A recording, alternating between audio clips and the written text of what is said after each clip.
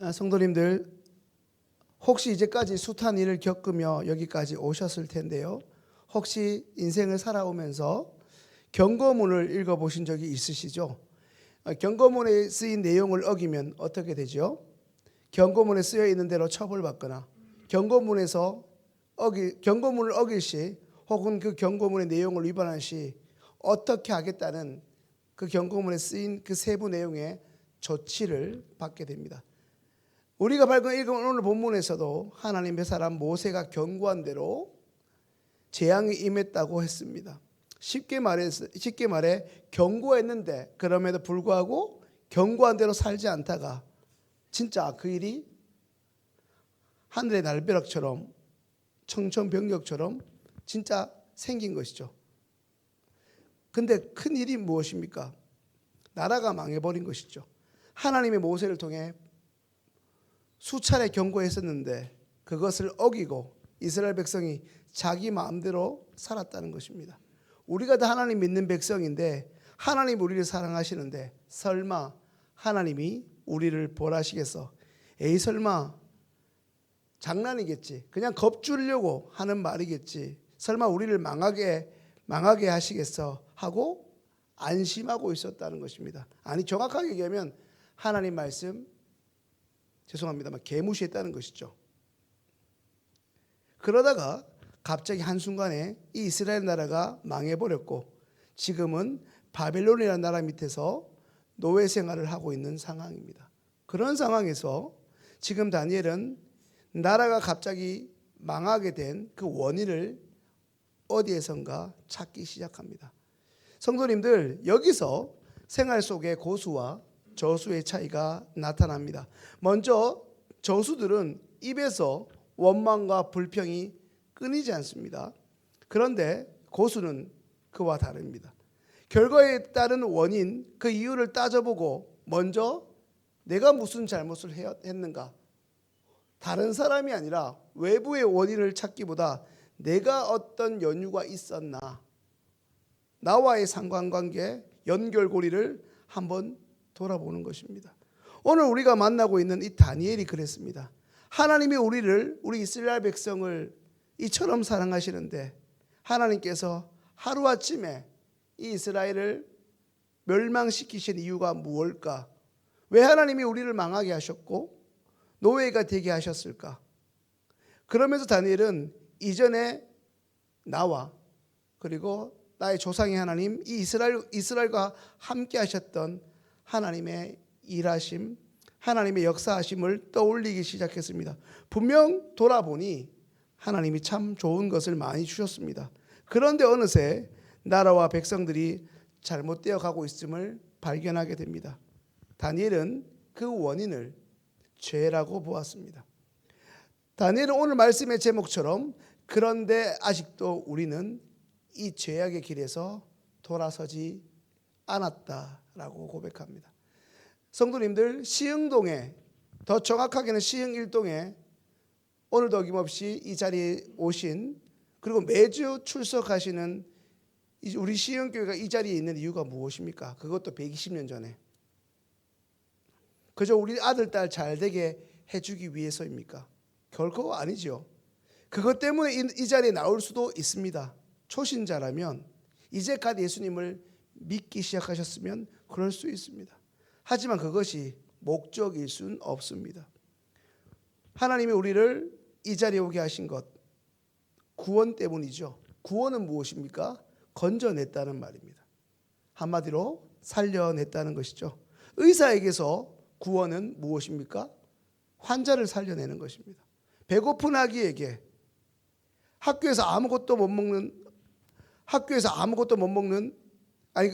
우리 배고픈 아기에게 아직 밥도 못 먹는 아이들에게 엄마로서 해야 할 일은 그 아이를 먹이는 일입니다.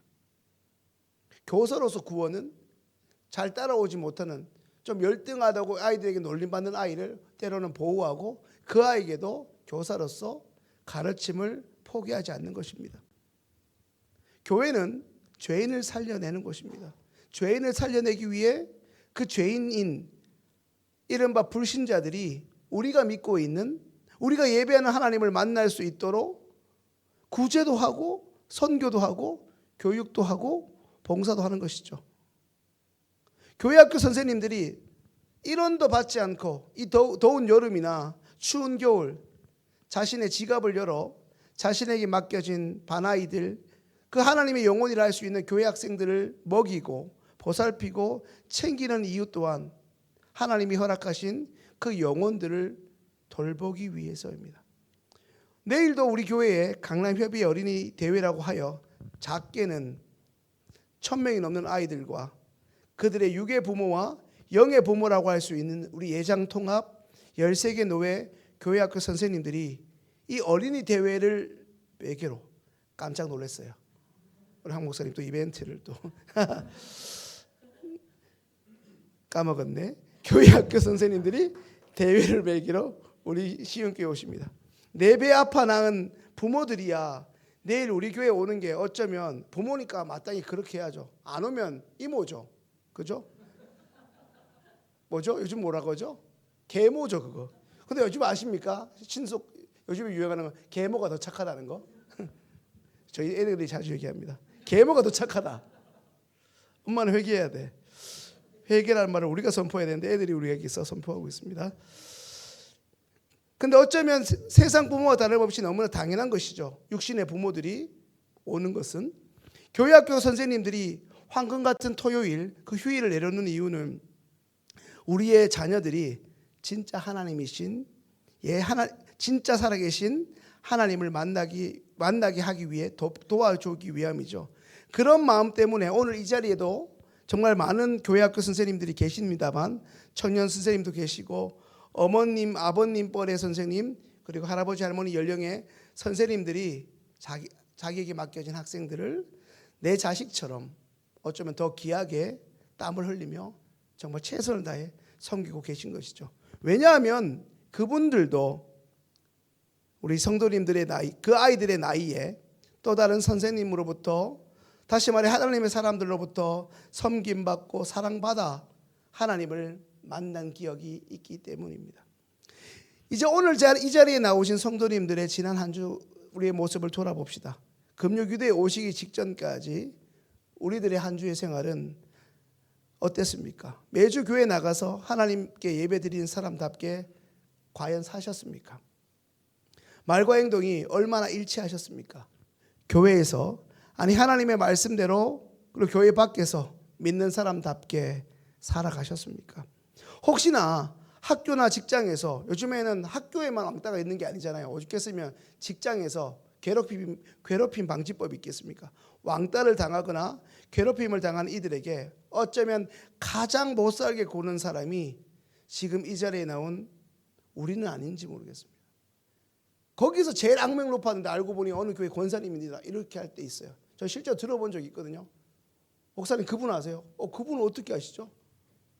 저는 당연히 그분은 우리 교회 권사님인데 했는데 그분 말도 하지 마세요. 이런 교회 밖의 모습이 달랐던 것이죠. 저는 굉장한 충격을 받았습니다. 교회에서 누구보다 신실하시고 목회자를 참 잘 섬기신 분인데 교회 밖에 그분은 비기독교인들이 그분을 이야기하는 모습들은 사뭇 달랐다는 말씀입니다.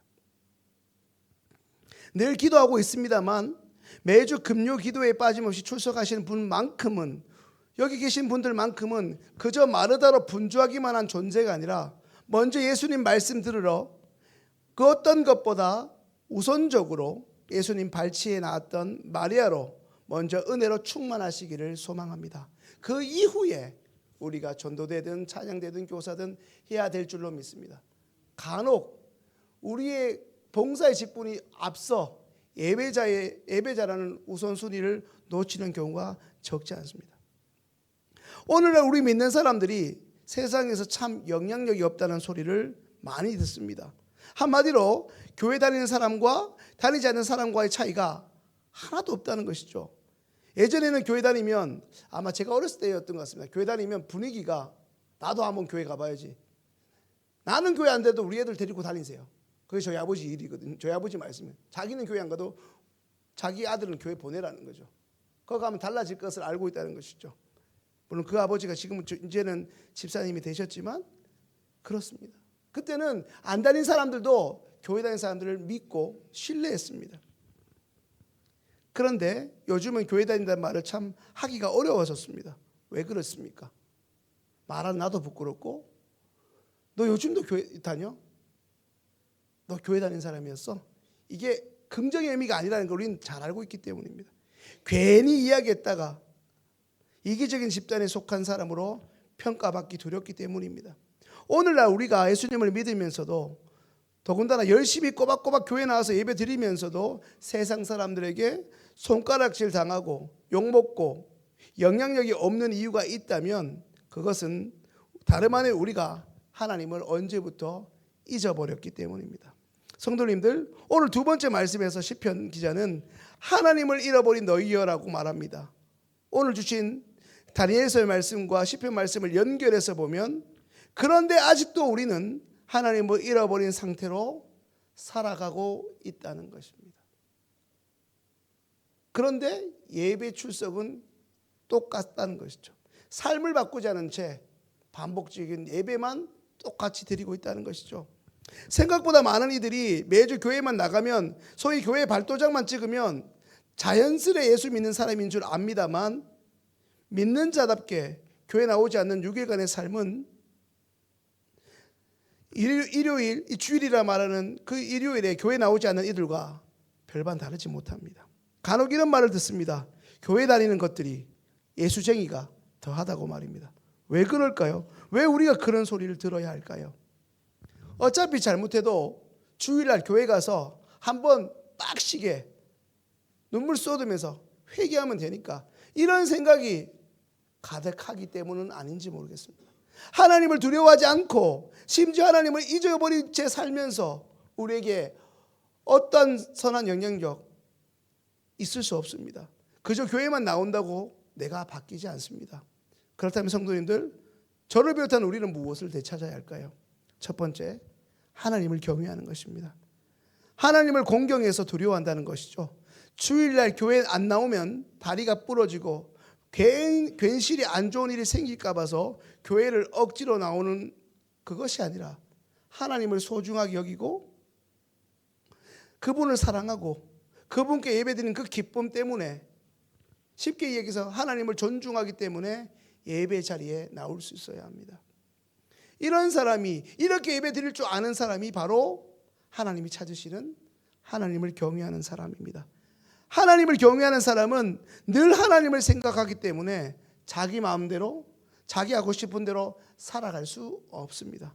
하나님께서 성령을 통해 주시는 생각과 그 마음이 불편해서 순종하지 않고는 견딜 수가 없기 때문입니다. 그리 살면 이미 하나님이 원하시는 성품으로 살아가는 자신을 발견하니 이전과 다른 자신으로 돌아가고 싶지 않기 때문입니다. 하나님은 이런 사람을 잘되게 하십니다. 지켜주시고 도와주시며 복 주십니다. 두 번째는 하나님께 내 열정을 드리는 것입니다. 열정은 무엇입니까?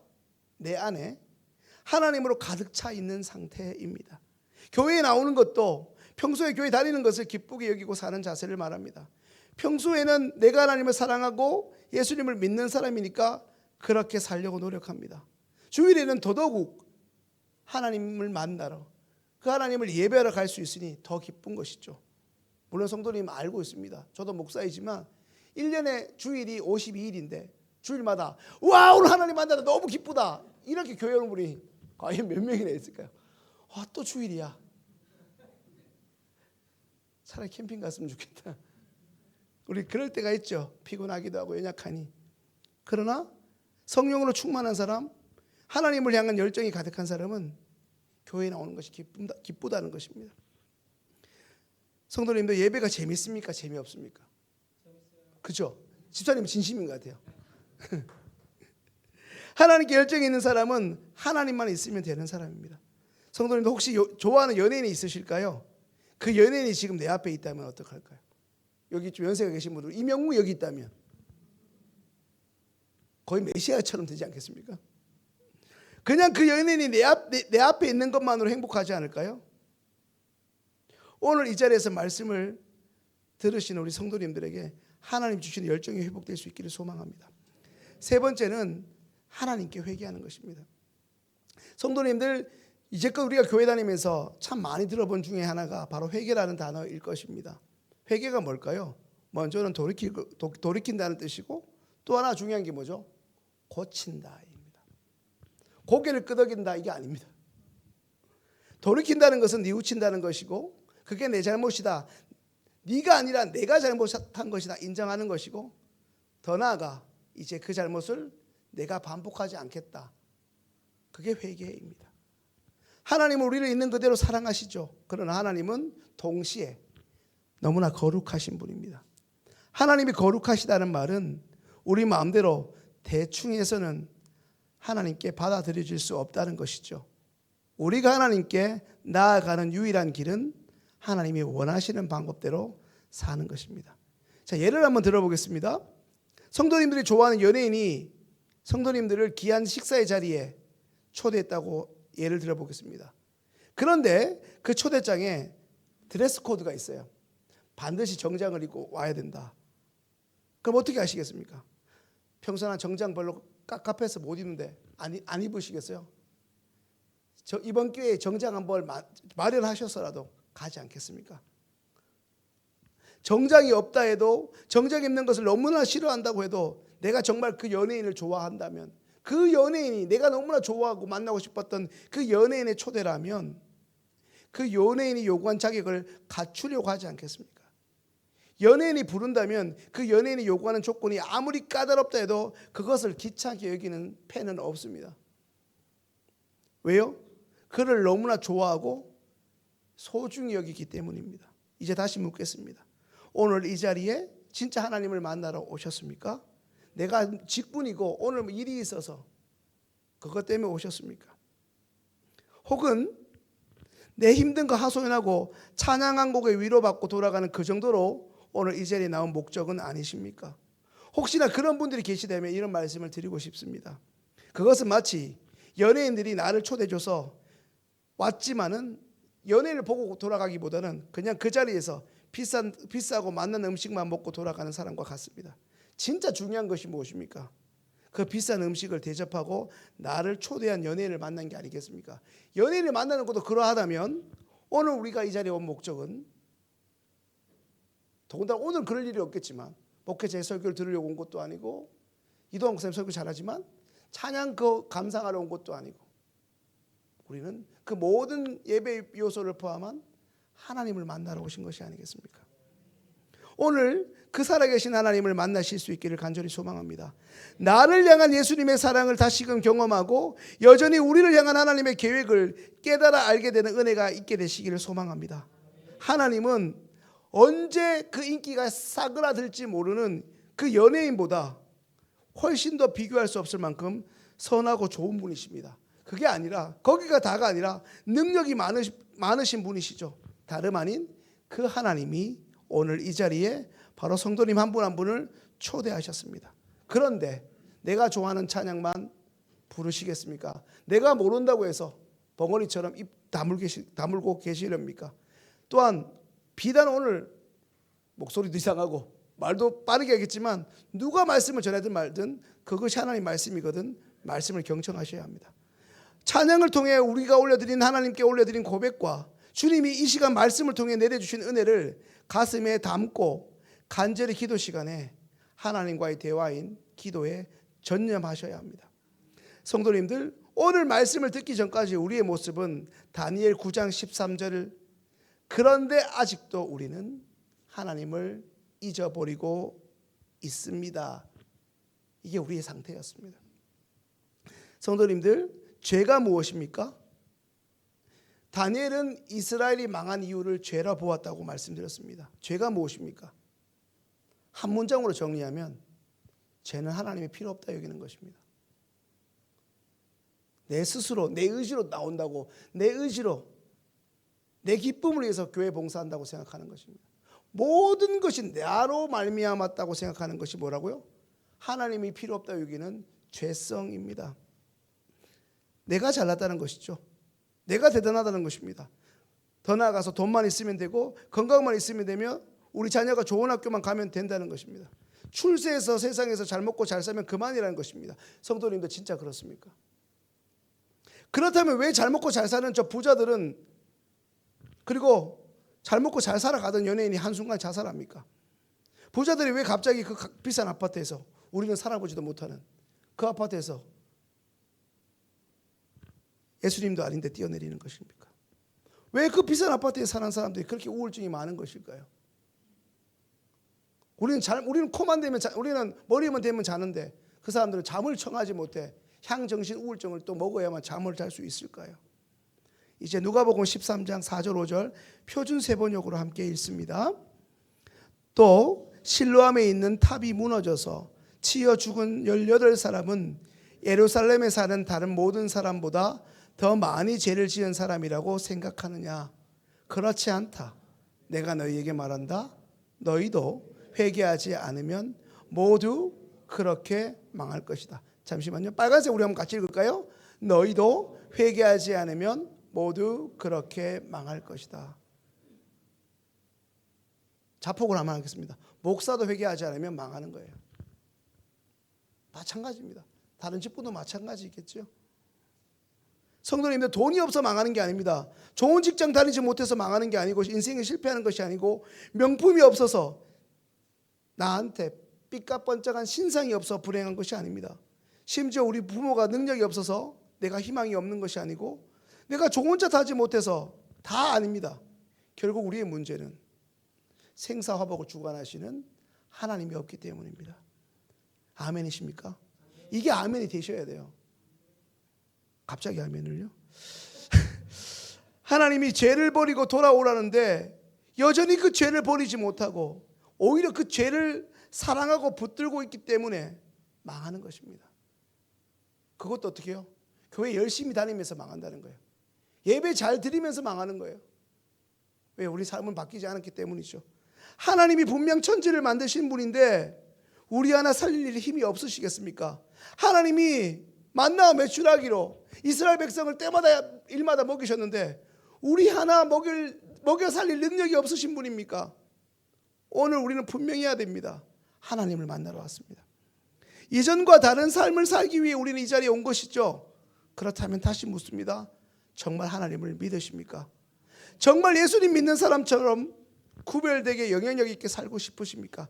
그렇다면 우리는 말씀드린 세 가지를 회복해야 합니다. 정리합니다. 하나님을 경외하셔야 합니다. 하나님을 경외하는 마음을 다시 회복하셔야 됩니다. 하나님께 열정을 드려야 합니다. 짜투리를 드는 것이 아니라 만만한 게 우리 권사님이죠. 우리 권사님의 전부를 드리셔야 돼요. 그렇죠? 그리고 하나님께 회개해야 됩니다. 그 말은 뭐죠? 마르틴 루터가 얘기했죠. 회개란 다시는 그 일을 하지 않는 것이다. 무엇보다 중요한 것은 지금까지 우리가 시흥 교회를 다니면서도 매주 예배를 드리면서도 고치지 못한, 아니 고칠 생각이 없는 그 습관과 태도를 이제 주님 앞에 죄임을 고백하며 뉘우치며 끊는 것입니다. 마지막으로 누가복음 3장 8절 현대인의 성경으로 한번 읽고 마치겠습니다. 같이 읽습니다. 시작. 너희는 진정으로 회개했다는 것을 보여줄 만한 바른 행동을 하라. 아멘. 이제 오늘 함께 기도할 텐데요. 우리 찬양팀과 함께 말씀의 찬양의 가사를 내 신앙의 고백이라고 여기시고 함께 우리가 은혜를 곱씹는 마음으로 진지하게 찬양하겠습니다.